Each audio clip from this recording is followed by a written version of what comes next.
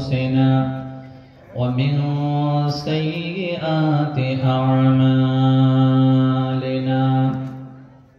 من يهده الله فلا مضل له ومن يضلله فلا هادي له ونشهد أن لا إله إلا الله وحده لا شريك له ونشهد أن سيدنا ونبينا وحبيبنا ومولانا محمدا عبده ورسوله الذي أرسله بالحق بشيرا ونذيرا وداعيا إلى الله بإذنه وسراجا وقمرا منيرا أما بعد فقد قال الله تبارك وتعالى في كلامه المجيد وفرقانه الحميد أعوذ بالله من الشيطان الرجيم بسم الله الرحمن الرحيم إن الذين يتلون كتاب الله وأقاموا الصلاة وأنفقوا مما رزقناهم سرا وعلانية يرجون تجارة لن تبور وقال تعالى في موضع آخر أعوذ بالله من الشيطان الرجيم والذين آمنوا وهاجروا وجاهدوا في سبيل الله والذين آووا ونصروا أولئك هم المؤمنون حقا لهم مغفرة ورزق كريم وقال تعالى في موضع آخر أعوذ بالله من الشيطان الرجيم بل هو قرآن مجيد في لوح محفوظ وقال النبي صلى الله عليه وسلم إن الله عز وجل يرفع الدرجات للعبد الصالح في الجنة فيقول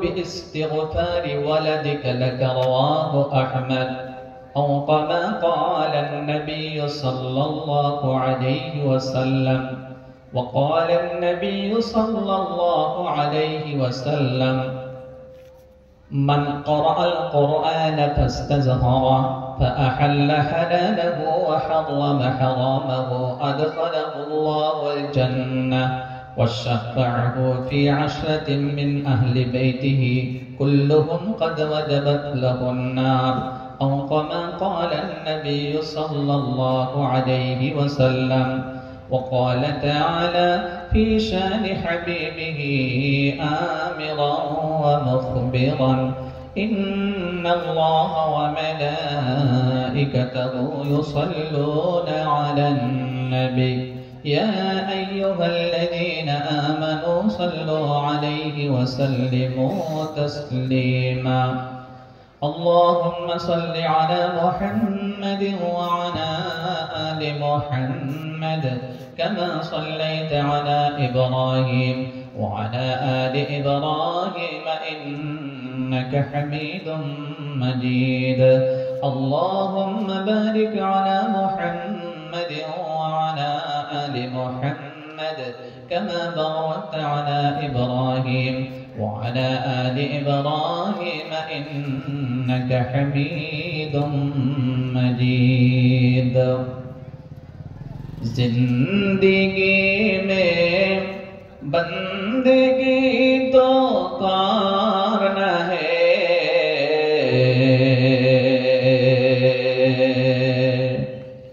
जिंदगी में बंदगी तो कारण है जिंदगी में बंदगी शर्मिंदा है आए थे हम कुछ न कुछ खरीदने को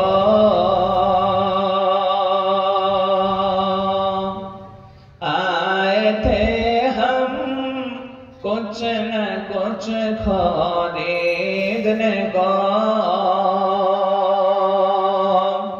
जैसे हरो शन मेरे कल्बो वरन कई चारा तो चाहा मैं नहीं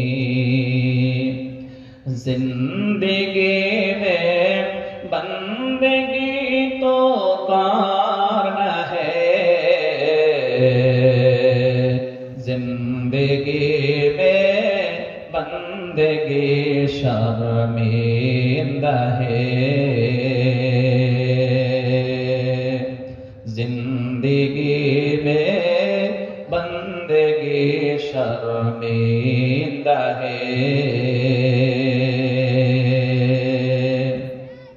আলহামদুলিল্লাহ আজকে আপনাদের মাদ্রাসার পক্ষ থেকে আয়োজন করা বাৎসরিক ধর্মীয় জলসাহের মুআসসাস মুকাররম জনাব সভাপতি সাহেব উপস্থিত অত্র এলাকার সম্মানিত মুরব্বী সমাজ জাতির মেরুদণ্ড সমতুল্য যুব বন্ধুগণ পর্দার অন্তরালে অবস্থানরত সম্মানিত মা ও বোনেরা তার সঙ্গে ছোট ছোট মহিলা আমরা সকলে আল্লাহ পাকের দরবারে শুকরগুজার হচ্ছি যে আল্লাহ সুবহানাহু ওয়া তাআলা আজকের এই জালসাকে কেন্দ্র করে কিছু সময় কোরআন সুন্নাত থেকে আমাদেরকে কথা বলা এবং শোনার সুযোগ দিচ্ছেন হাদিস শরীফের ভিতরে আল্লাহ রাসূল সাল্লাল্লাহু আলাইহি ওয়াসাল্লাম বলেছেন মান ক্বারাআ হারফাম মিন কিতাবিল্লাহি ফালাহু হাসানা ওয়াল হাসানাতু বিআশরি আমসালিহা আও কামা ক্বালা an-নবী সাল্লাল্লাহু আলাইহি ওয়াসাল্লাম এই যে কোরআনে মাজিদ আমাদের সম্মুখে রাখা আছে কেউ যদি এই কোরআনে কারীম থেকে একটি অক্ষর তিলাওয়াত করে আলিফ লাম মিম যালিকাল কিতাবু লা রাইবা ফীহি হুদাল লিল মুত্তাকিন এখানে নবী সাল্লাল্লাহু আলাইহি ওয়াসাল্লাম বলেন শুধু আপনি বলেছেন আলিফ বলেছেন লাম বলেছেন মিম এই তিনটি অক্ষরের বিনিময় একটি অক্ষর পড়লেই আপনি 10টি সওয়াব প্রাপ্ত হবেন 10টি নেকি পাবেন তাইলে প্রথম দিকেই আছে তিনটি অক্ষর যেগুলোকে মুফাসসিরিনে কেরামের ভাষায় বলা হয় হুরফে মুকাত্তাআত কিছুগুলো সূরার শুরুতে দুটো অক্ষর অথবা তিনটি অক্ষর এরকম করে আলিফ লাম মিম আলিফ লাম র কাফ হা ইয়াসিন এরকম আছে না শুধু আপনি একটি একটি অক্ষর আপনি তিলাওয়াত করলে প্রতি অক্ষরে 10টা করে নেকি এভাবে করে কোরআন তিলাওয়াত করলে আমাদের আমলনামায় নেকি বর্ধিত হতে থাকবে তো যে আল্লাহ পাক আমাদেরকে নিয়ে এলেন এই মঞ্চে এই প্রোগ্রামে এই কোরআন শোনার জন্য সেই মাবুদের দরবারে আমরা শুকরিয়া আদায় করতে গিয়ে বলছি আলহামদুলিল্লাহ আল্লাহ পাক পাকের প্রশংসার পরে আমাদের কাজটা হবে আমরা আমাদের নবীর প্রতি দরুদ পড়ে নেব, আল্লাহুম্মা সাল্লি আলাইহি আল্লাহুম্মা বারিক আলাইহি। তৃতীয়তে ইন্তেজামিয়া কমিটি যারা বহু কষ্টের মাধ্যমে আমাদের সম্মুখে 1 মাস 1.5 মাস কষ্ট করে আজকে এই কোরআনের মাহফিলকে আমাদেরকে উপহার হিসেবে দিয়েছেন, উপহার হিসেবে আমরা পেয়েছি, আল্লাহ আমাদেরকে নিয়ে এলেন, আমরা তাদের জন্য প্রাণ ভরে দোয়া করব। দাওয়াতুল মুসাফির মুস্তাজাবাতুদ দাওয়া লা শাকুম ফিহিন্না, হাদিসের ভিতরে এসেছে 3 জনের দোয়া আল্লাহর দরবারে ব্যর্থ হয় না, এর ভিতরে একজন রয়েছেন মুসাফির। মুসাফিরের দোয়া আল্লাহর দরবারে কবুল হয়ে যায়। সুতরাং আমি মুসাফির হয়ে এই প্রোগ্রামকে যারা অ্যারেঞ্জমেন্ট করেছেন তাদের জন্য আমি দোয়া করছি, আল্লাহ পাক আমাদেরকে দীর্ঘ নেক হায়াত দান করুন, শরীরের সুস্থতা অটুট রাখুন। আল্লাহ পাক আল্লাহ সুবহানাহু ওয়া তাআলা এই জালসাকে কেন্দ্র করে আমাদের সকলকে আল্লাহ হেদায়েত নসিব করুন। আল্লাহ পাক আমাদেরকে দিনদার হওয়ার, পরহেজগার হওয়ার, ঈমানদার হওয়ার তৌফিক দান করুন। পরিবারে আল্লাহ বরকত নাজিল করুন, চাষের জমিতে আল্লাহ বরকত দিন এবং আল্লাহ পাক সকল কোয়ালিটির বিপদ মুসিবত বেমার আজার থেকে সকলকে হেফাজত করুন। একটু মহব্বতের সহিত বলুন আমিন।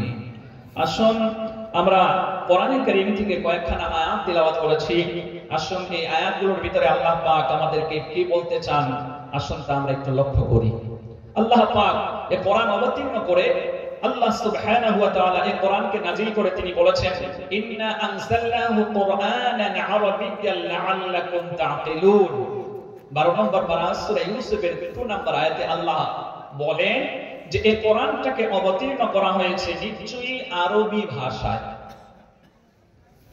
আরবি ভাষায় এই কোরআনটাকে অবতীর্ণ করা হয়েছে লাআল্লাকুম তা'কিলুন, যাতে করে তোমরা এটা বুঝে নিতে পারো। আশা করা যায় তোমরা এই কোরআনটাকে বুঝে নেবে। এবার দেখুন আমাদের সাথে সংঘর্ষ হয়ে যাচ্ছে। আল্লাহর কোরআনের ভাষা হচ্ছে আরবি আর আমাদের মাতৃ ল্যাঙ্গুয়েজ হচ্ছে বাংলা। তাহলে বাংলা ভাষা দিয়ে যদি কেউ চায় কোরআন বুঝবে, এটি সম্ভব? সম্ভব নয়। কেউ যদি কোরআন বুঝতে চায় তাকে কি করতে হবে? আরবি ভাষার উপরে পণ্ডিত হতে হবে, ডক্টরেট হাসিল করতে হবে, তবেই তো সে কোরআন বুঝতে পারবে। ঠিক আজ তাই আমাদের অবস্থা তাই দাঁড়িয়েছে। আমাদের ঘরে অসংখ্য কোরআন আছে, তবে এই কোরআনে কি বলা হচ্ছে আমরা বুঝি না। কেন? আমাদের ভাষার সাথে মিল হচ্ছে না। তাইলে আমাদেরকে কি করতে হবে? এই কোরআনটাকে, কোরআনের কথাগুলোকে বাংলা ভাষায় ট্রান্সলেট করা হয়েছে, অর্থ করা হয়েছে, মিনিং করা হয়েছে, এবং কোরআন আমাদেরকে হাতে নিয়ে পড়লে আমরা হয়তো একটু বোঝার চেষ্টা করতে পারবো। কথা বলো ঠিক কিনা? পবিত্র কোরআন যখন আপনি পড়বেন 27 নম্বর পারা সূরা আর রহমান,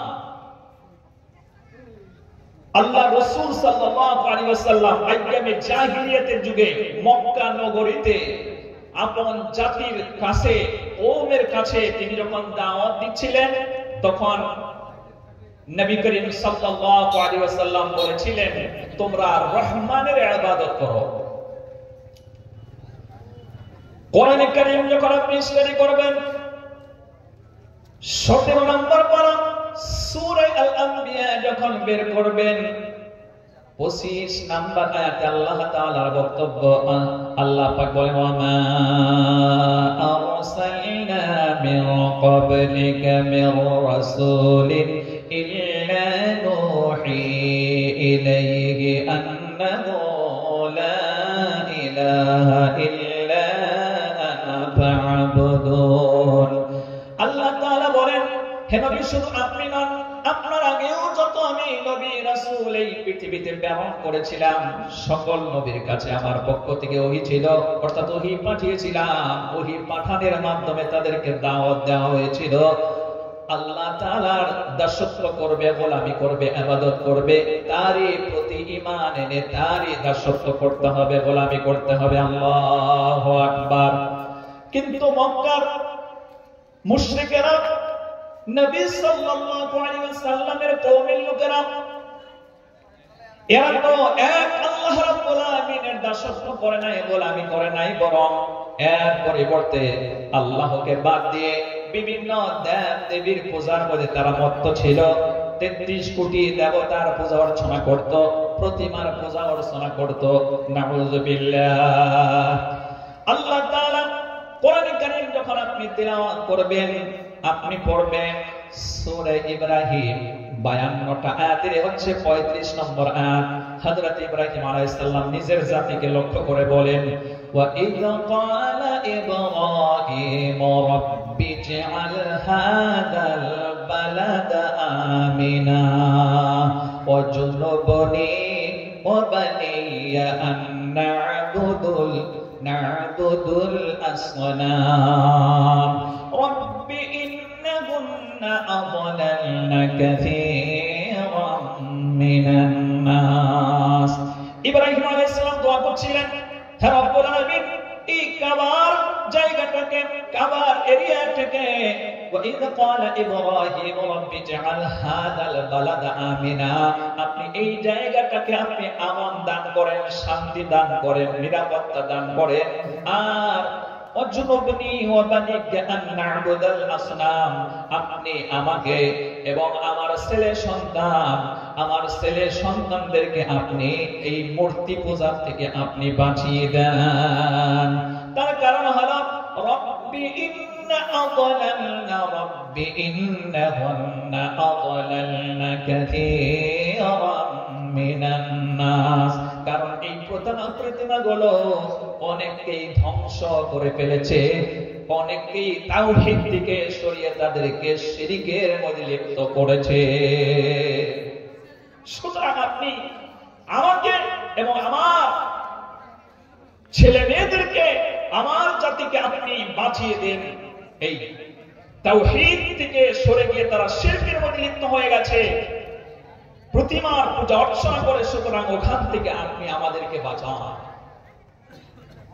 আল্লাহ তাআলা বলেন, ইন্নাল্লাহা লা ইয়াগফিরু আন ইউশরাকা বিহি ওয়া ইয়াগফিরু মা দুনা যালিকা লিমান ইয়াশা। সূরা আন-নিসার ভিতরে আয়াতটা দুবার এসেছে। প্রথম আয়াত সংখ্যা হলো 48 আর দ্বিতীয় আয়াত সংখ্যা হচ্ছে 116। আল্লাহ পাক বলেন, আল্লাহ চাইলে সকল গুনাহ ক্ষমা করবেন, কিন্তু যারা শিরকি গুনাহে লিপ্ত হয়ে যাবে আল্লাহ তাআলা তাদেরকে ক্ষমা করবেন না, মাফ করবেন না। তাইলে তাদের অবস্থা কি দাঁড়াবে?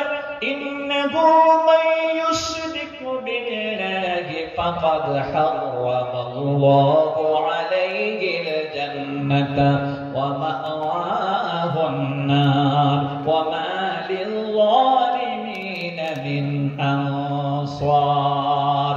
6 নম্বর পারা সূরা আল-মাইদা যখন আপনি স্টাডি করবেন, ওখানে বলা হয়েছে 72 নম্বর আয়াতে আল্লাহ তাআলা বলেন, যারা শিরকি অবস্থায় শিরকি গুনাহ নিয়ে, আকীদা নিয়ে, বিশ্বাস নিয়ে মৃত্যুবরণ করবে, ওদের জন্য আল্লাহ তাআলার জান্নাতকে আল্লাহ হারাম করে দিয়েছেন, আর ওরা কোনো সাহায্যকারী তালাশ করে পাবে না।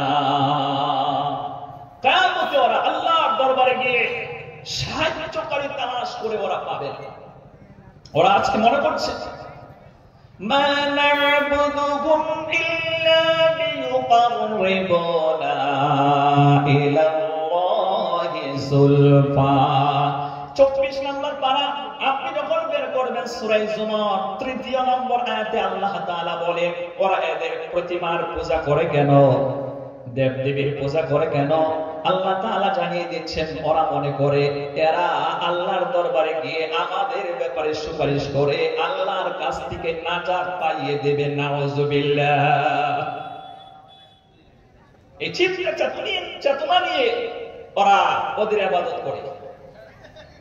আরো জায়গায় বলা হয়েছে 11 নম্বর পারা আপনি যখন বের করবেন সূরা ইউনূস 109টা আয়াতের হচ্ছে 18 নম্বর আয়াত, وَيَعْبُدُونَ مِن دُونِ اللَّهِ مَا لَا يَضُرُّهُمْ وَلَا يَنفَعُهُمْ وَيَقُولُونَ هَؤُلَاءِ شُفَعَاؤُنَا عِندَ اللَّهِ قُلْ أَتُنَبِّئُونَ اللَّهَ بِمَا لَا يَعْلَمُ فِي السَّمَاوَاتِ وَلَا فِي الْأَرْضِ سُبْحَانَهُ সুবহানাহু ওয়া তাআলা আম্মা ইউশরিকুন। ওরা আল্লাহ তাআলাকে বাদ দিয়ে অন্যের পূজা করে, অর্চনা করে। আল্লাহ তাআলা জানাচ্ছেন যে সেগুলো তাদের কোনো ভালো করতে পারে না, মন্দ করতে পারে না, এরপরেও তারা আশা আকাঙ্ক্ষা রাখে ওরা আল্লাহ তাআলার দরবারে গিয়ে ওদের ব্যাপারে সুপারিশ করে নাজাতের ব্যবস্থা করে দেবে। এবার আল্লাহ তাআলা বলেন, তোমরা আমাকে বাদ দিয়ে যে ওদের পূজা অর্চনা করছো, এই ব্যাপারে আমি কোনো দলিল অবতীর্ণ করিনি, নাজিল করিনি। আর তোমরা আল্লাহর সাথে যাকে শিরিক স্থাপন করতেছ, মহান আল্লাহ পাক এর থেকে পবিত্র, এর থেকে অনেক ঊর্ধ্বে। আল্লাহু আকবার। সুতরাং সমস্ত নবীর দাওয়াত ছিল তাওহীদের। কোরআনে কারীম যখন আপনি তিলাওয়াত করবেন, 4 নাম্বার পারা সূরা আল ইমরান আপনি যখন বের করবেন, 200টা আয়াতের ভিতরে হচ্ছে 193 নাম্বার আয়াত, রব্বানা ইন্নানা সামি'না মুনাদিয়ান ইউনাদি লিল ঈমানি আন আমিনু বিরাব্বিকুম ফাআমান্না। আল্লাহ তাআলা জানাচ্ছেন, ربنا إننا سمعنا مناديا ينادي للإيمان أن آمنوا بربكم فآمنا। আমরা হে আমাদের প্রতিপালক, আমরা এমন একজনের আহ্বানে সাড়া দিয়েছি, এমন একজন আহ্বায়ক এসে আহ্বান করেছে ঈমানের, আর সেই সূত্রে বলা হয়েছে যে তোমরা তোমাদের প্রতিপালকের প্রতি ঈমান আনয়ন করো, তাওহীদের উপরে তোমরা বিশ্বাস স্থাপন করো। সুতরাং আমরা তাওহীদের উপরে বিশ্বাস স্থাপন করেছি। তাওহীদের মুর্শিদ আমার মুহাম্মাদের নাম বলো, মুহাম্মাদের নাম। আল্লাহর নাম জপলে বুঝতে পারি আল্লাহরই কালাম বলো, আল্লাহরই কালাম। তাওহীদের মুর্শিদ আমার মুহাম্মাদের নাম বলো, মুহাম্মাদের নাম। আল্লাহর নাম জপলে বুঝতে পারি আল্লাহরই কালাম বলো, আল্লাহরই কালাম।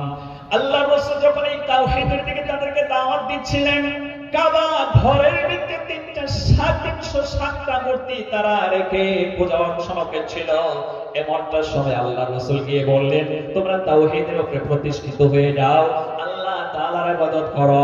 তখন ওরা বলল, আমরা যাদের পূজা অর্চনা করি এদের কয়েকটা হাত আছে, কয়েকখানা মুখ আছে, তো তুমি তোমার যে রবের দিকে দাওয়াত দিচ্ছ, এই রবের পরিচয়টা আমাদের সম্মুখে উল্লেখ করো। তোমার রবের বাবার নাম কি, মায়ের নাম কি, তোমার রব কেমন, এই ব্যাপারে তুমি আমাদেরকে জানাও।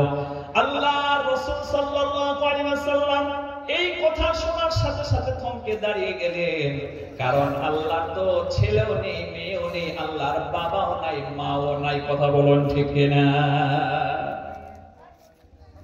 তিনাকে প্রশ্ন করা হলো, তোমার আল্লাহর মসম নামটা বলো, পরিচয়টা বলো। আল্লাহ রাসূল থমকে দাঁড়িয়ে গেলেন। কারণ হলো কোরআনে কারীমের ভিতরে বলা হচ্ছে, মা ইয়ানতিকু আনিল হাওয়া ইন হুয়া ইল্লা ওয়াহয়ুন ইউহা। নবীজি নিজের থেকে বানিয়ে কোনো কথা বলে না, আল্লাহ তাআলা নাযিল করেন। যখন ওহী করেন তখন সেটা তিনি বর্ণনা করেন, ওহী এলে সেটা তিনি প্রচার করেন, ওহীর কথাটা তিনি প্রচার করেন। আল্লাহু আকবার। কিছুক্ষণের ভিতরে জিবরাইল ফেরেশতা আল্লাহ পাকের পক্ষ থেকে চলে এসে নবীজিকে শুনিয়ে দিলেন, নবী আপনি তাদেরকে জানিয়ে দেন এক্ষণে কোরআনের আয়াত অবতীর্ণ হয়েছে, সূরা ইখলাস নাযিল হয়ে গেছে। বিসমিল্লাহির রাহমানির রাহিম। কুল হুয়াল্লাহু আহাদ আল্লাহুস সামাদ লাম ইয়ালিদ ওয়া লাম ইউলাদ ওয়া লাম ইয়াকুল লাহু কুফুয়ান আহাদ। বলুন কুল হুয়াল্লাহু আহাদ, বলুন হে নবী আল্লাহ এক এবং একক। আল্লাহুস সামাদ, আল্লাহ বেনিয়াস, বেপরোয়া, তিনি কারো মুখাপেক্ষী নন, অর্থাৎ তিনি কারো কাছে কিছু চাইতে হয় না, তিনার কাছে সকলকে চাইতে হয়। আল্লাহ হলেন অমুখাপেক্ষী, আর আমরা সকলেই হলাম মুখাপেক্ষী। কথা বলুন ঠিক কিনা? লাম ইয়ালিদ ওয়া লাম ইউলাদ, তিনি কার থেকে জন্ম পান নাই, তিনার থেকেও কেউ জন্ম পায় নাই, অর্থাৎ আল্লাহর ছেলে নেই, মেয়ে নেই, পরিবার পরিজন কেউ নেই। আমাদের যেরকম সিরিয়াল আছে, আমাদের মা বাবা আছে, ছেলে সন্তান আছে, বিবি বাচ্চা আছে, আল্লাহ তাআলা এগুলো সব থেকে হলেন পবিত্র। আল্লাহু আকবার। ওয়ালাম ইয়াকুল লাহু কুফুয়ান আহাদ, এবং আকাশ জমিনে আল্লাহ সমকক্ষ কেউ নাই। আল্লাহ যে কত মহান, সৃষ্টি জগৎ তার প্রমাণ, তিনি এক অদ্বিতীয় আল্লাহ সুবহান। আল্লাহ বলেন আহাদ, আর বলেন as-সামাদ, রহমানুর রহিম বলে ডাকে সবাই দিন রাত। তিনি কারো জন্ম নন, দেননি কাউকে জন্মদান, তিনি কারো জন্ম নন, দেননি কাউকে জন্মদান। সে প্রভুর জিকির কর দিবানিশি রাত, তার প্রমাণ কুল হুয়াল্লাহু আহাদ, তার প্রমাণ কুল হুয়াল্লাহু আহাদ। আমার ভাইরা, এই সত্যিকার আল্লাহ রাব্বুল আলামিনের প্রতি আপনি ঈমান এনে শিরক মুক্ত যদি জীবন যাপন আপনি করতে পারেন, আল্লাহ তাআলা কিয়ামতে আপনার জন্য মহা পুরস্কারের ব্যবস্থা করে রেখেছেন। আপনি কোরআনে হাকিম যখন পড়বেন, আপনি পড়বেন সূরা মুহাম্মদ 26 নম্বর পারার ভিতরে আমাদের নবীজির নাম একটি সূরা এসেছে, 38 আয়াতের 15 নম্বর আয়াত। আল্লাহ তাআলার বক্তব্য, মাসালুল জান্নাতিল্লাতী ওয়াইদাল মুত্তাকুন ফিহা আনহারুম মিন মাইন গায়রি আসিন ওয়া আনহারুম মিন লাবানিন লাম ইয়াতাগায়্যার তা'আমুহু ওয়া আনহারুম মিন খামরিন লাযযাতিন লিশ-শারিবিন ওয়া লাহুম ফিহা মিন কুল্লিথ থামারাতি ওয়া মাগফিরাতুম মির রাব্বিহিম কামান হুয়া খালিদুন ফিন-নারি ওয়া সুকু মাআন হামিমান হামিমা। বিষয়টা খুব খেয়াল দিয়ে শুনবেন। আল্লাহ তাআলা বলেন, যারা এই তাওহীদের উপরে প্রতিষ্ঠিত হবে, তাওহীদের শর্তগুলো মেনে নেবে, ঈমানের সহিত মৃত্যুবরণ করবে। এজন্য প্রত্যেক নবী দোয়া করেছেন আল্লাহ তাআলার কাছে, আল্লাহ ঈমানি নিয়ত তুমি আমাকে দান করো। বিশেষ করে কোরআনে কারীম যখন আপনি তেলাওয়াত করবেন, আপনি পড়বেন 12 নম্বর পারা, 13 নম্বর পারাটা যখন আপনি বের করবেন, সূরার নাম হলো সূরা ইউসুফ। ইউসুফ নবীর কথা আপনারা শুনেছেন, যিনাকে আল্লাহ পাক এত সৌন্দর্য দান করেছিল, মহিলারা তার চেহারা দিকে দেখতে গিয়া, লেবু কাটতে গিয়ে নিজের অঙ্গগুলো কেটে ফেলেছিল। এই ইতিহাস কোরআনে কারীমের ভিতরে এসেছে। কথা বলুন ঠিক কিনা? হযরত ইউসুফ আলাইহিস সালাম তিনি আল্লাহর কাছে বলছেন, রব্বি ক্বাদ আতাইতানি মিনাল মুলকি ওয়া আল্লামতানি মিন তা'ওয়িলিল আহাদিস ফাতিরিস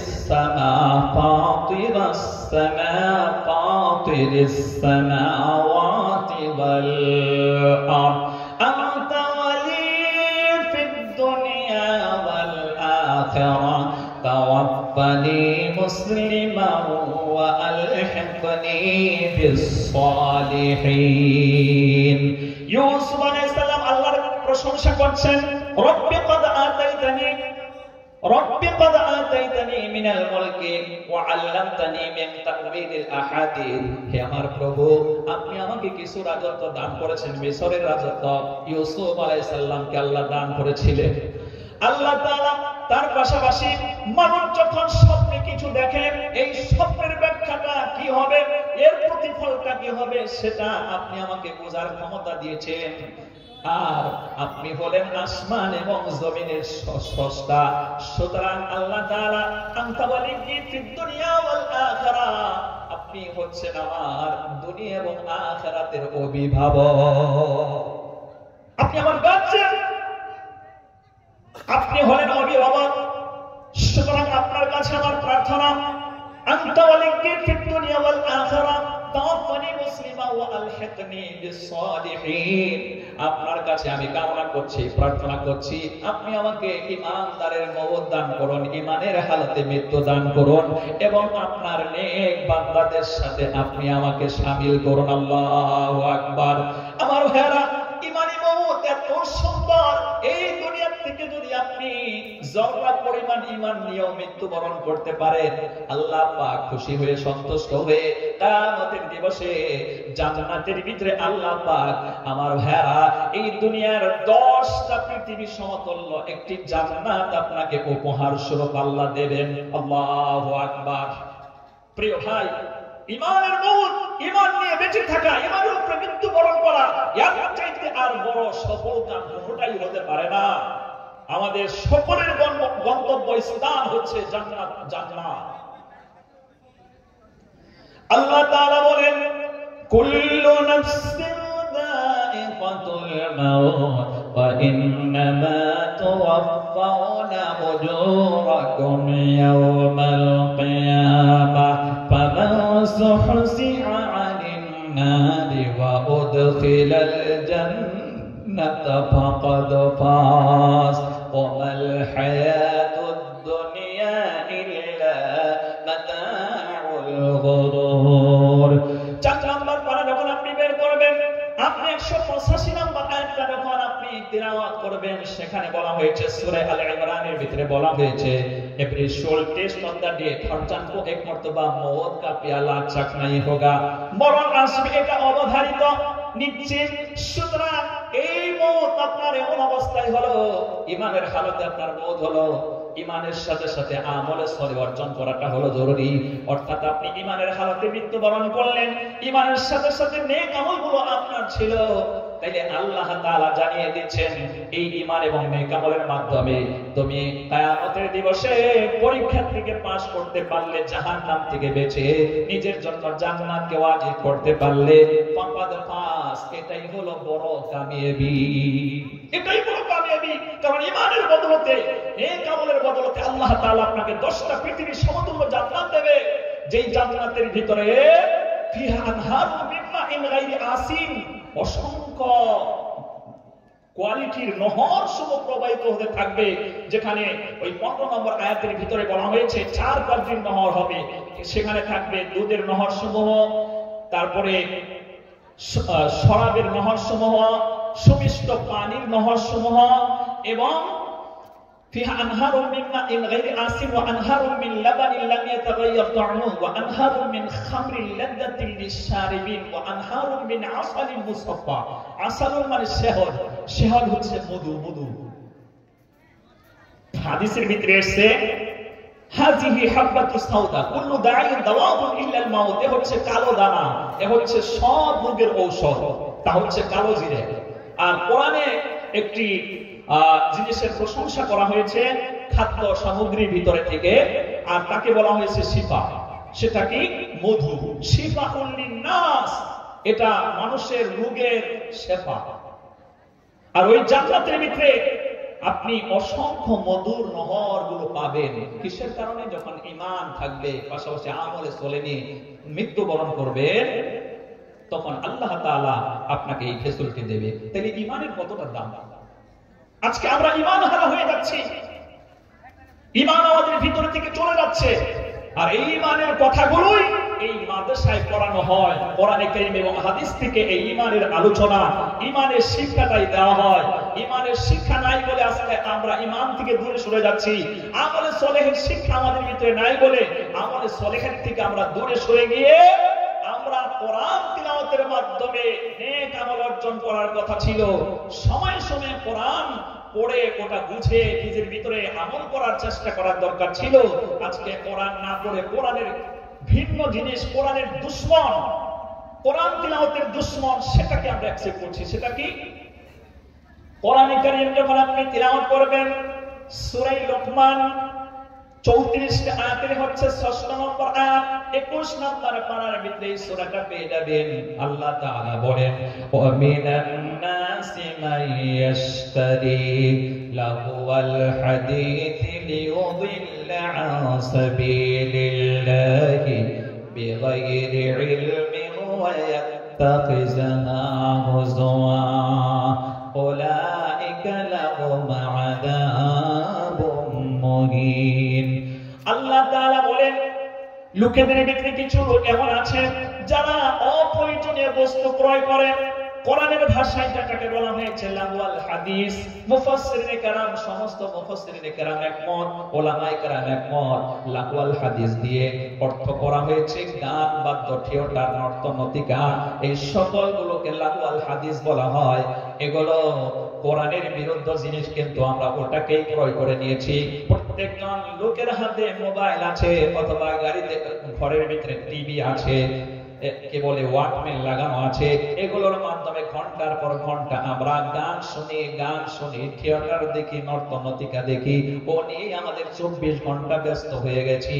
কিন্তু কোরআন হাতে নেওয়ার আমাদের সময় নাই, কোরআন পড়া আমাদের হাতে সময় হচ্ছে না।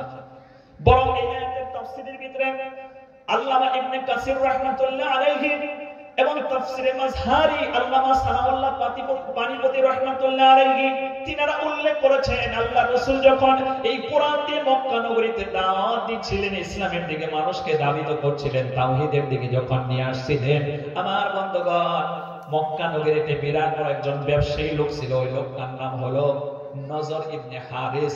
এই লোকটা বড় ব্যবসায়ী ছিল, শাম দেশে, সিরিয়া দেশের সাথে সে ব্যবসা করত। ওখানে কোটি কোটি টাকা দিয়ে সমকালীন যুগে এই নর্তনতিকাকে ক্রয় করে মক্কায় নিয়ে এসে বিভিন্ন জায়গায় আসর জমিয়ে বলে, তোমরা এখানে গান কোরআন শুনতে তোমরা যেও না।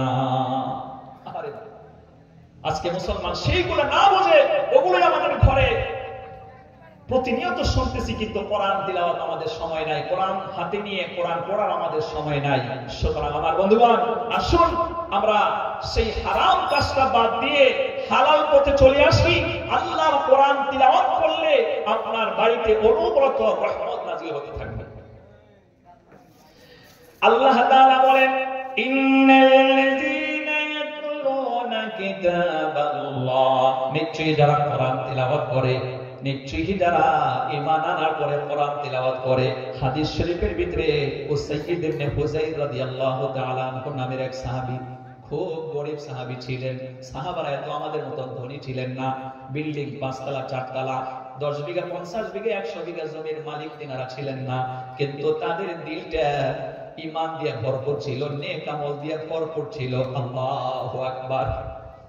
আমার হায়রান, হযরতে উসাইদ ইবনে হুযাইর রাদিয়াল্লাহু তাআলা আনহু, এই যে শীতের দিন আসতেছে, শীতের দিন যখন আসে দেখবেন দিনটাকে আল্লাহ খাটো করে দেন, রাতকে লম্বা করে দেন।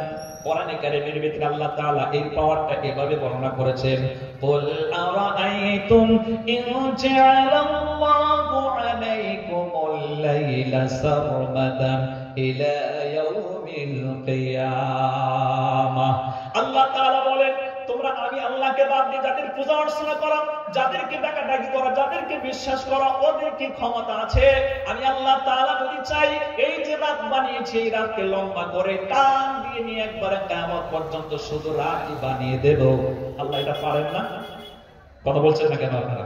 আমার ভাষা তো বুঝেন, আমি আসাম থেকে এসেছি, আমি বাংলা বলতে পারি না, আমাকে ক্ষমা করবেন।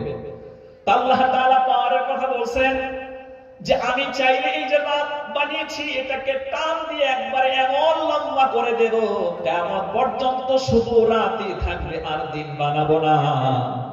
আল্লাহ চাইলে এটা পারে? নিঃসন্দেহে পারে। তো আবার কে আছে? আমি আল্লাহ ছাড়া কে আছে আবার দিনটাকে বানিয়ে দেবে? দিন বানাবার ক্ষমতা যদি আল্লাহ না করেন, পৃথিবীর আর কারো হবে না। কথা বলুন ঠিক কিনা? আল্লাহ তাআলা সূরা ইয়াসিনের ভিতরে বলেন, আপনি পড়বেন না, শামসু ইয়ামবাগি লাহা আন তুদরিকাল কমারা ওয়ালাল লাইলু সাবিকুন নাহার ওয়া কুল্লু ফি ফালাকি ইয়াসবাহুন।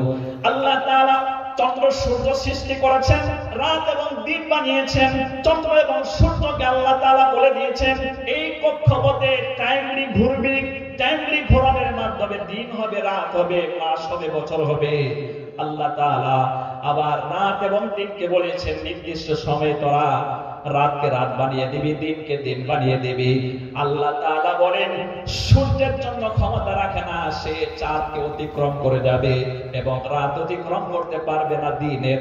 ওয়াকুল্লুম ফি ফালাকি ইয়াসবাহুন, all celestial bodies moving in the sky, সৌরজগতে যা কিছু আছে আপন গতিতে আল্লাহর হুকুমে পন করে ঘুরছে। আল্লাহু আকবার, পন করে ঘুরছে।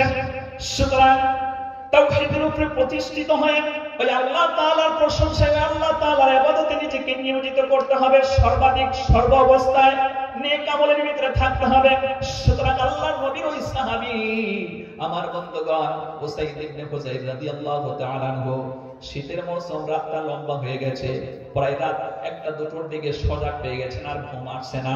তখন ঘুম যেহেতু আসছে না, আমাদের ঘুম যখন না আসে পাশেই থাকে মোবাইলটা বের করে আবার গান দেখতে শুরু করে, নাউজুবিল্লাহ। কিন্তু নবীর সাহাবী ঘুম যেহেতু আসছে না, কোরআনটা তিনি হাতে নিয়ে নিলেন। কোরআন হাতে নিয়ে যখন তিলাওয়াত করছেন, একে তো আল্লাহর কোরআন, ওনাদের ভাষা আরবি ভাষায় কোরআন অবতীর্ণ হয়েছে। কোরআনটা আপনি যদি তিলাওয়াত করে নেন একটা মজা আছে, আর যদি আপনি বুঝে পড়তে পারেন তাতে আরো অনেক মজা। কথা বলুন ঠিক কিনা? কোরআন বুঝে পড়লে ওখানে সওয়াবের পার্সেন্ট বেশি, আপনার ভালো লাগবে। কি বলা হচ্ছে আপনি বুঝতে পারছেন? তো ওরা ছিল আরবিয়ান মানুষ, সেহেতু বুঝতে পারতেন। এত মনোমুগ্ধকর ভাবে তিলাওয়াত করছেন বন্ধু। তিলাওয়াত করতে করতে আল্লাহ পাক সন্তুষ্ট হয়ে গেছেন। অনবরত আল্লাহর রহমতের ফেরেশতা বাড়িতে নাজিল হচ্ছে, রহমত বর্ষণ হচ্ছে। তিনি বলছেন আমি যখন তিলাওয়াত শুরু করে দিলাম, জোনাকি পোকার মতন আকাশ থেকে কি যেন আসতেছিল।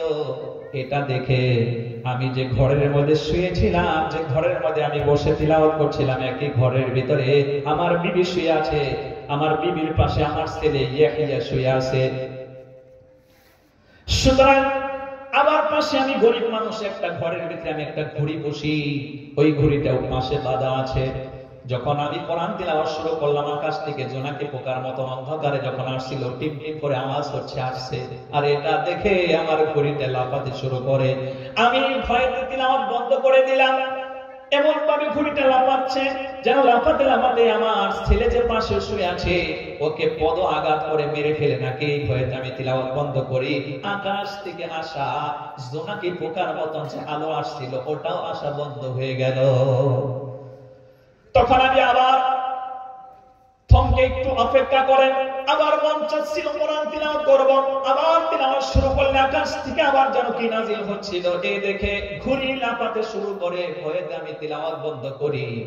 আবার কিছুক্ষণ থেমে আবার কোরআন তিলাওয়াত করি, আমার ঘড়িটা লাফাতে শুরু করে। আমি এইভাবে করে রাত্রিটা যাপন করলাম, কাটিয়ে দিলাম। সকালবেলা ফজরের আযান যখন হয়ে গেল, হযরত বেলাল রাদিয়াল্লাহু তাআলা মসজিদে নববীতে আযান দিয়ে দিচ্ছেন। বন্ধু, আযান হবারের পরে বিশ্বনবী সাল্লাল্লাহু আলাইহি ওয়াসাল্লামের ইমামতিতে মসজিদে নববীতে নামাজ হলো। নামাজের পরে সব সাহাবারা বেরিয়ে আসে। কোরআনে কারীমকে যখন আপনি তিলাওয়াত করবেন, আল্লাহ পাক বলেন সূরা জুমার ভিতরে এসেছে, আল্লাহ তাআলা বলেন আইয়ুহাল্লাযীনা আমানু ইযা নুদিয়া লিস-সালাতি মিন ইয়াউমিল জুমআহ ফাসআউ ইলা যিকরিল্লাহি ওয়া দারুল বাই'আ যালিকুম খায়রুল লাকুম ইন কুনতুম তা'লামুন।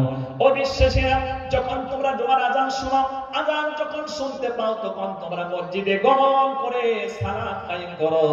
এটাই তোমাদের জন্য ভালো, এটাই তোমাদের জন্য কল্যাণকর। এজন্য আযান শোনার সাথে সাথে আমরা দৌড়িয়ে মসজিদে গিয়ে সালাত আদায় করতে হবে। কথা বলুন ঠিক কিনা? আসবে মরণ কখন কোথায় কারো জানা নাই, আসবে মরণ কখন কোথায় কারো জানা না।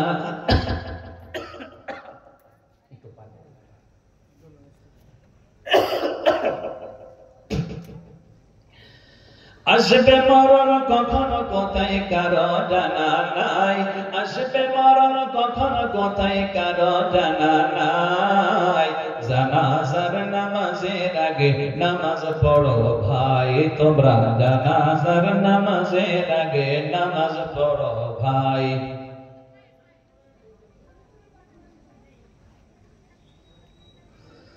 রুকুকারীর সাথে আল্লাহ রুকু করতে বলে, তুমি কেন কাজে বিভোর বলো না তাহলে।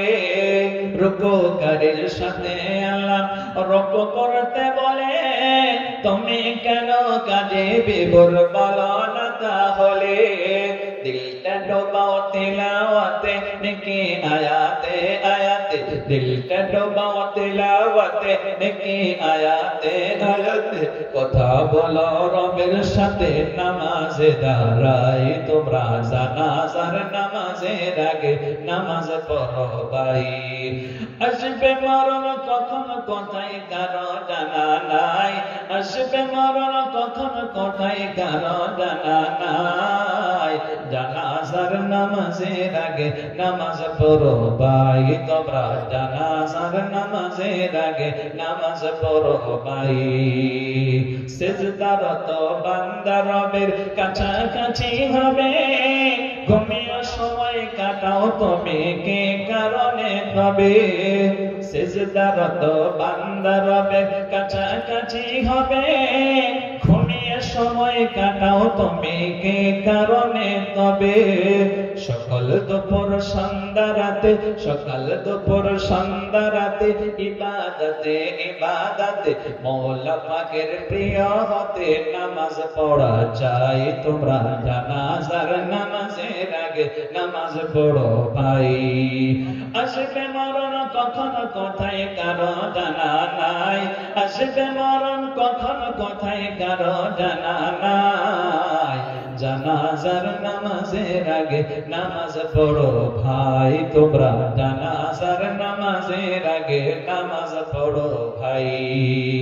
আমার ভাইরা, সেজন্য সাহাবায়ে কেরাম আযান হওয়ার সাথে সাথে দৌড়িয়ে মসজিদে চলে যেতেন।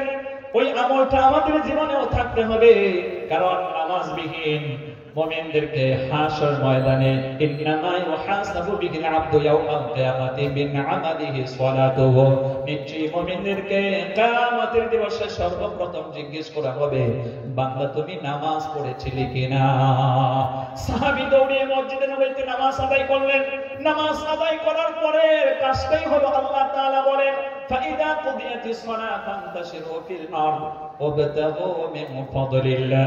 নামাজ সালাত শেষ হয়ে গেছে, এখন তুমি মসজিদ থেকে বের হয়ে তুমি হালাল পথে ইনকাম করবে, আল্লাহকে বেশি স্মরণ করবে, বেরিয়ে পড়ো। সব সাহাবী চলে আসছেন, কিন্তু এই সাহাবী রাসূলুল্লাহ সাল্লাল্লাহু আলাইহি ওয়াসাল্লামের নিকটে বসে প্রশ্ন করছেন, হে আল্লাহর রাসূল, অত রাতে আমার সাথে একটা মুআমেলা হয়ে গেল। আমি গভীর রাতে কোরআন তিলাওয়াত করে আকাশ থেকে জোনাকি পোকার মতন কি যেন আসে যায়, ভয়েতে আমার ঘড়ি লাফাতে শুরু করলে আমি তিলাওয়াত বন্ধ করি। আল্লাহর রাসূল এই খবর শোনার সাথে সাথে সাহাবীকে বলছে, ও সাহাবী, তুমি কেন তিলাওয়াত বন্ধ করলে, পড়তে থাকলে না কেন? সাহাবী তখন বলছে, হে আল্লাহর রাসূল, তিলাওয়াত করব কেমনে, আমার যে ভয় লেগে যায়, ঘড়িতে লাফাচ্ছিল, আমার সন্তানকে আঘাত করে মেরে ফেলে নাকি, এই ভয়েতে তিলাওয়াত বন্ধ করি। আল্লাহর রাসূল বলেন, আল্লাহ রাসূলকে বলেন, তারপরে আবার আমি তিলাওয়াত শুরু করলেই নবীজি বলেন, তুমি পড়তে থাকলে না কেন, পড়তে থাকলে না কেন? আল্লাহ রাসূল বলেন, তুমি যদি ফজর পর্যন্ত পড়তে থাকতে, ওই আকাশ থেকে জোনাকি পোকার মতন যা আসছিল, তোমার আশেপাশের গ্রামবাসীও তা অবলোকন করতে পারত, প্রখ্যাত দেখতে পারত, তুমি পড়তে থাকলে না কেন? তখন ওই সাহাবীর প্রশ্নের জবাবে আল্লাহ রাসূল বলেন, তুমি যে কোরআন তিলাওয়াত করছিলে, এই কোরআন তিলাওয়াত করার কারণে আল্লাহ তোমার প্রতি বড় সন্তুষ্ট হয়েছিল। সন্তুষ্ট হয়ে আল্লাহ রহমতের ফেরেশতাগুলো আল্লাহ রহমত নাজিল করছিলেন, আর ওই ফেরেশতারা নিয়ে আসছিল তোমার বাড়িতে নাজিল করছিল। সেই ফেরেশতাকে দেখে তুমি তো দেখতে পাই না, কিন্তু ওই জংলা প্রাণীকে বলে এই চার পা পশু, ওই ঘড়িটা তা দেখতে পাচ্ছিল। অসংখ্য ফেরেশতা দেখে সে ভয় পেয়ে গিয়েছিল। আল্লাহু আকবার।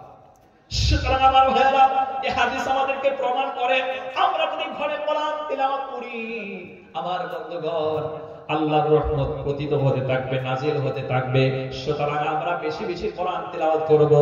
আর এই কোরআন তিলাওয়াতের জন্য কমসে কম একটা সন্তানকে বিজ্ঞ বানাতে হবে, বিজ্ঞ বানাতে হবে। ওয়ারাত্তিলিল কুরআন তারতিলা, আল্লাহ পাক বলেন, ও নবী, আপনি কোরআনটাকে তারতিলের সহিত তিলাওয়াত করুন। তারতিল মানে হচ্ছে এর উচ্চারণ খুব মানে পরিশুদ্ধ হতে হবে, গ্রামার ফিট করে পরিশুদ্ধ উচ্চারণের মাধ্যমে থেমে থেমে অর্থ বুঝে দৃঢ়তার সাথে আস্তে আস্তে আপনি এভাবে কোরআনটা তিলাওয়াত করতে থাকুন। আল্লাহু আকবার।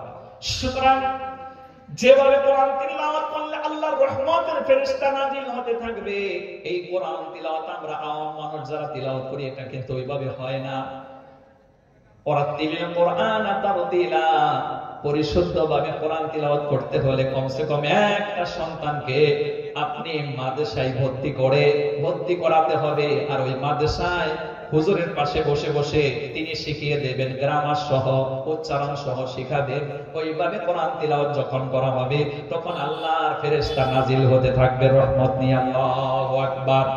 আর এভাবে করে যদি আপনি একটা সন্তানকে কোরআনের হাফেজ বানাবেন, মাওলানা সাহেব যদি আপনি বানাতে পারেন, ইন্নাল্লাহ আযজা ওয়া জাল্লা ইয়ারফা'ু দারাজাতা লিল 'আবদিস সালিহি ফিল জান্নাহ ফায়াকুলু আন্না লি হাযিহি ফায়াকুলু বিইস্তিগফারি ওয়ালাদিকা লাকা, রাওয়াহু আহমদ আও কামা ক্বালা an-নবী সাল্লাল্লাহু আলাইহি ওয়াসাল্লাম।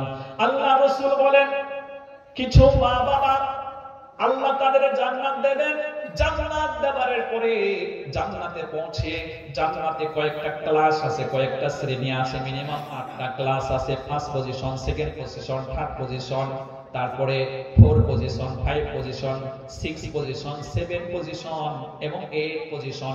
এই 8টা পার্ট আছে, 8টা পজিশন আছে। যে দুনিয়ায় থাকাকালীন মনে করেন ওই লোকটা 5 নাম্বার পজিশনে জান্নাতে যাবে, কিন্তু দেখা গেল তাকে আল্লাহ তাআলা জান্নাতুল ফেরদাউস দিয়ে ফেলেছেন, 1 নাম্বার পজিশনে জান্নাত দিয়েছেন। তখন লোকটা বড় খুশি হবে। আল্লাহু আকবার। 16 নম্বর পারার ভিতরে আছে, ইন্নাল্লাযীনা আমানু ওয়া আমিলুস সলিহাতি কানাত লাহুম জান্নাতুল ফিরদাউসি নুজুলা। 107 নম্বর আয়াত সূরা আল কাহফের ভিতরে বলা হয়েছে, আল্লাহ তাআলা বলেন, নিশ্চয়ই যারা ঈমান আনয়ন করবে, আমলে সলিহ অর্জন করবে, আমি তাদের জান্নাতুল ফিরদাউস দান করব। আল্লাহ রাসূল মেরাজ শরীফ থেকে এসে বলেন, ওমর উম্মতেরা, তোমরা যখন আল্লাহর কাছে জান্নাত কামনা করবে, দোয়া করবে, তখন তোমরা বলবে, আল্লাহ আমাদেরকে জান্নাতুল ফেরদাউস দান করুন। কারণ জান্নাতুল ফেরদাউসের ভিতরে সবচেয়ে বেশি ভালো ফেসিলিটি, এটা তোমরা চাইবে। তো মা বাবা তারা 5 নম্বর পজিশনে থাকার কথা ছিল, কিন্তু জান্নাতুল ফেরদাউসে যখন পজিশন পাবে, তখন তারা বলবে, আল্লাহ তাআলা এত ভালো কাজ তো আমরা করি নাই। হ্যাঁ, আমরা জান্নাত পাওয়ার কাজ করেছিলাম, কিন্তু আপনি 1 নম্বরে আমাদেরকে দিলেন, এটা কেন দিলেন? তখন ওই মা বাবাকে বলা হবে, দুনিয়ায় থাকাকালীন তুমি তোমার একটা সন্তানকে কোরআনের হাফেজ বানিয়েছিলে, মাওলানা সাহেব বানিয়েছিলে। তুমি ইন্তেকাল করার পর তোমার সন্তান বারবার এই কোরআনটা তিলাওয়াত করত, কোরআন মোতাবেক আমল করেছে। লিওয়াফিয়াকুম উজুরাকুম ওয়া ইয়াসিদাকুম মিন ফাদলি। আল্লাহ তাআলা বলেন, লিওয়াফিয়াকুম উজুরাকুম, সুতরাং তাদেরকে আজর দেওয়া হবে, পরপর তাদেরকে আজর দেওয়া হবে। লিওয়াফিয়াকুম উজুরাকুম ওয়া ইয়াসিদাকুম মিন ফাদলি। আর আল্লাহ তাআলা ফজলটা বাড়ায়া দিতে থাকবেন, বেশি করে দিতে থাকবেন। অর্থাৎ আপনার সন্তানকে কোরআনের হাফেজ যখন বানিয়ে ইন্তেকাল করবেন, এই বাচ্চা বারবার কোরআন তিলাওয়াত করবে, কোরআন কেন্দ্রিক আমল করবে, বারবার তিলাওয়াত করবে, আর মর্যাদা বাড়বে। আর এই সন্তান আপনার জন্য দোয়া করবে। দোয়া করলে আল্লাহ তাআলা এই নেক সন্তানের আমলের থেকে একটা % আমল আপনি অবশ্যই হাসিল করতে থাকবেন।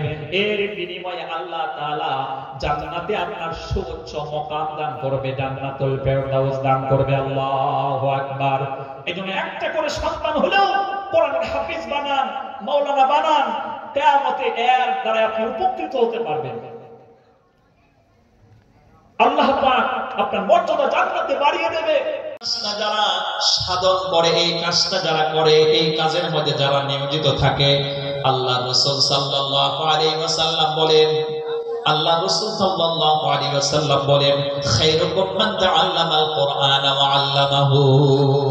এই পৃথিবীতে শ্রেষ্ঠ শিক্ষা হচ্ছে যে কোরআন পড়ে অপরকে পড়ায়, নিজে পড়েছে আবার অপরকে পড়াচ্ছে, নিজে শিখেছে অপরকে শিখাচ্ছে। এটা হলো সর্বশ্রেষ্ঠ শিক্ষা, কোরআন শিক্ষা। পৃথিবীতে আর যত ধরনের শিক্ষা আছে এগুলো শিক্ষা, তবে শ্রেষ্ঠ শিক্ষা নয়। ওগুলো শিক্ষা, সাধারণ শিক্ষা। উন্নত মানের শিক্ষা এবং শ্রেষ্ঠ শিক্ষা হচ্ছে কোরআন পড়া, অপরকে পড়ানো। তো আল্লাহ তাআলা আমাদেরকে এই শ্রেষ্ঠ শিক্ষা অর্জন করার তৌফিক দান করুন। সাধারণ শিক্ষা, আপনি এমএ পাস করেছেন, বিএ পাস করেছেন, দুনিয়াতে আছেন 10 বছর, 20 বছর, 20 বছর, 50 বছর, 60 বছর, আল্লাহ চাইতো আপনি বড় ডাক্তার হয়ে গেলেন, তো হয়ে তো কি হলো, ডাক্তার হলেন 60 বছর, 70 বছর, আপনি রোগী দেখলেন, অনেক টাকা আয় করলেন, অপারেশন করলেন, অনেক টাকা আয় করলেন, বাড়ি ঘর করলেন, 50 বিঘা জমি করলেন, 70 বছর পরে ডাক্তারও কিন্তু বেঁচে থাকে না, ডাক্তারও মরে। কথা বলেন ঠিক কিনা? নাকি ডাক্তার একেবারে বেঁচে থাকে আর মরে না, আজরাইলের কাছে যেতে পারে না, ডাক্তারও মরে। 60 বছর 70 বছর পরে যখন সে মরবে, তখন দুনিয়ার সব কিছু রেখে ওকে চলে যেতে হবে আল্লাহ তাআলার কাছে। তখন আল্লাহ তাআলা জিজ্ঞেস করবেন, বান্দা আমি তোমাকে দুনিয়ায় পাঠিয়েছিলাম, সব কিছু বডি আমি ফ্রি দিয়েছিলাম, সুতরাং আমার জন্য তুমি কি করে এসছো? তুমি কি তাওহীদ নিয়ে এসছো? তুমি কি আমলে সালেহ নিয়ে আসতে পেরেছ? জবাব যদি দিতে পারে, সত্যি যদি সে তাওহীদের উপরে প্রতিষ্ঠিত থাকে, নেক আমল থাকে, তাইলে তো সে বেঁচে যাবে। আর যদি নেক আমল না থাকে, তাইলে আল্লাহর দরবার থেকে সে বাঁচতে পারবে না, জাহান্নাম অবধারিত হয়ে যাবে। আমার ভাইরা, সেজন্য এই শ্রেষ্ঠ শিক্ষা, যারা এই শিক্ষা দীক্ষা দেওয়ার ব্যাপারে সাহায্য করে, সহযোগিতা করে, আমার বন্ধুগণ, এদের ব্যাপারে বলা হয়েছে, আল্লাহ রাসূলের সাহাবারা এসে নবীজিকে বললেন, হে আল্লাহ রাসূল, কোরআন শিক্ষা দেওয়ার ব্যাপারে আমরা যে সংগ্রাম করছি, লড়াই করছি, আমরা দান খয়রাত করে আমরা আল্লাহর দ্বীনকে প্রতিষ্ঠার জন্য আমরা সংগ্রাম করছি। এবার আল্লাহর রাসূল বলুন, এটা আল্লাহর কাছে কি প্রিয় হচ্ছে কিনা? আল্লাহর কাছে সর্বাধিক প্রিয় আমল কোনটা? নবীকে প্রশ্ন করলেন। আপনি পড়বেন 17 নম্বর পারা সূরা আল আম্বিয়ার ভিতরে এসেছে 7 নম্বর আয়াত, ফাসআলু আহলা যিকর ইন কুনতুম লা তা'লামুন। যে বিষয়ে নলেজ নেই, জানা ব্যক্তির কাছ থেকে প্রশ্ন করে জেনে নাও। নবীজিকে প্রশ্ন করলেন, আল্লাহ রাসূল, আমরা যে কষ্ট করছি, আল্লাহর কাছে ঈমান আনার পরে আল্লাহর কাছে প্রিয় আমল কোনটা?